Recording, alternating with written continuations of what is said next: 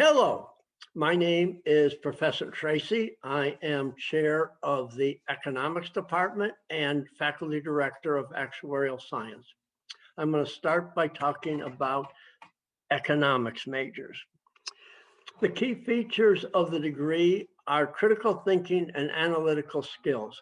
Employers really value these two skills, and they are really promoted substantially in the major. Students learn how to do analysis, not just in things that you think of, oh, supply and demand, prices, but lots of different things. Why people do what they do, why businesses do what they do. It is not necessarily just what you think of as econ. There's a good book called Freakonomics that shows the breadth of different things that econ can be used to analyze. It is a very flexible degree. You can go into lots of different areas after you get it. That flexibility is probably more than anything else the business school offers. And they are easily able to adapt to the ever-changing world. Over the last 5, 6, 7 years, we have had a real growth in data, and economists, econ majors can really can use that data to do analysis, and they've learned how. So that flexibility really helps. We have 3 different degrees: a BS in economics, through the business school, a BS in business economics through the business school, which also requires all the core courses in business. Really good for students who are thinking of maybe eventually getting an MBA, because it will have already done that, giving you a background. The econ requirements are the same for both. And we also then have a BA in economics through the College of Arts and Sciences. Econ is the only department that it's in 2 schools. We're in the college and we're in the School of Business. Most students don't even know this. Many faculty don't even know it. And this tends to be a little less analytical major, and often students who are thinking of going into law school go into be a BA, or maybe into international relations. The job prospects are very good for an econ major. You have lots of flexibility. You can go to graduate school in other business programs. You can go into consulting. You can go into health sciences, lots of different areas.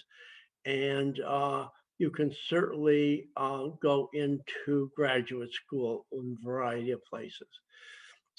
Banks are one of the big employers, but so are insurance companies who hire econ majors for underwriting.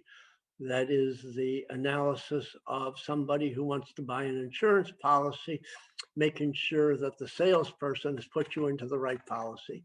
They don't always know what they're doing as they're trying to sell. And the underwriter has to make sure everything is correct. Students can work in the government.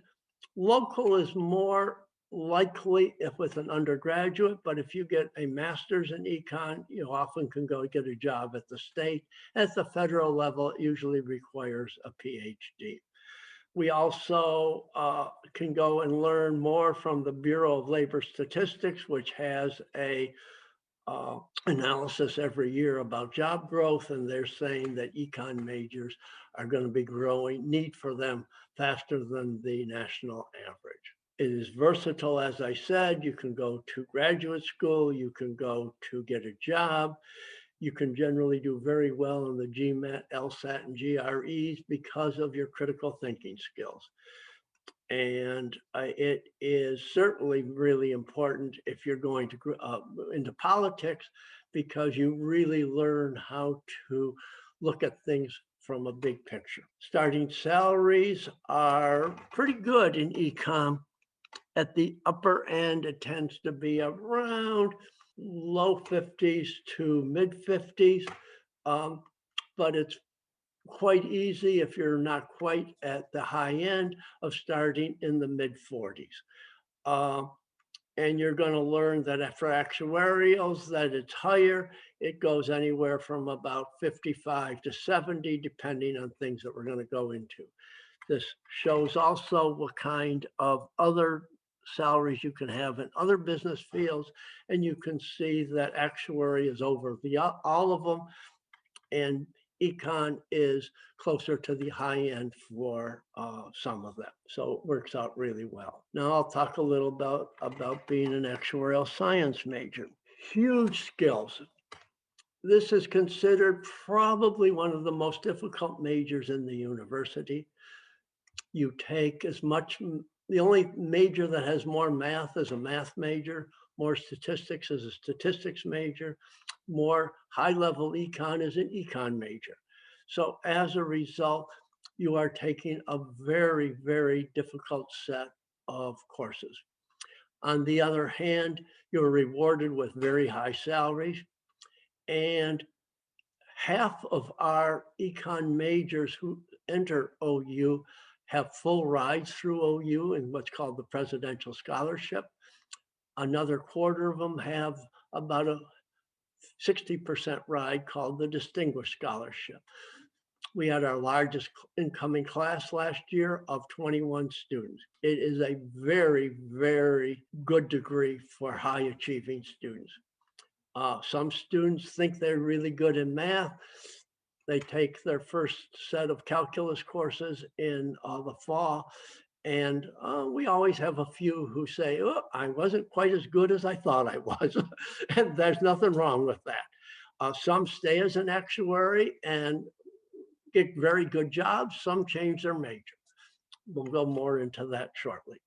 Careers, the number one area is in insurance if you have passed actuarial exams.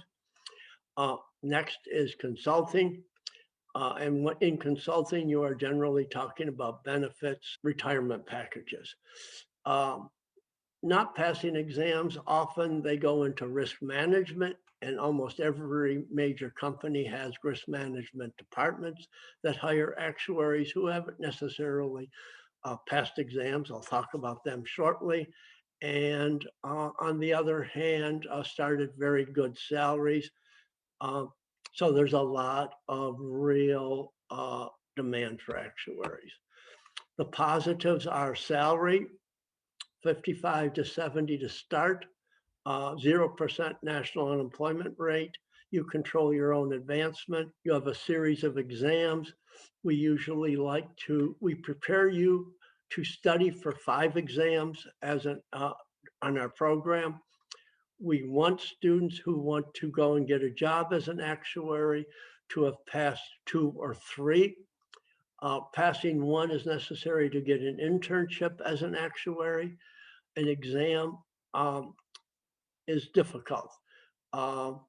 You've all heard of a CPA exam. The actuarial exams are harder. The first time pass rate nationally for the probability exam or the financial mathematics exam is 35%.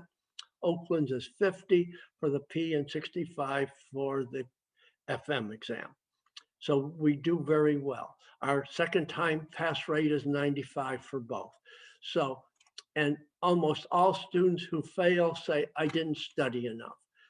After you've had the coursework, after or while you're taking the coursework, you have to study an additional 300 hours for each of these exams. After 200, you're going to say, I know it.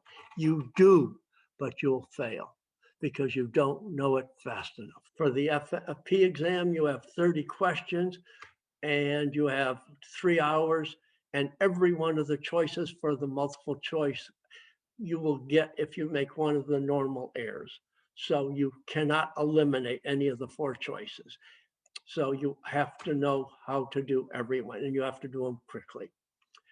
The FM exam, not quite as quantitative, a lot more algebra, and there are 35 questions for that one, same 3 hours. The negatives are it uses a lot of math and stat, the field does. Now, once you're an actuary in the real world, you don't use as much, but to pass the exams, you definitely need it. Taking the series exams can be very stressful for a lot of students, and that's why some say, no, I am not going to.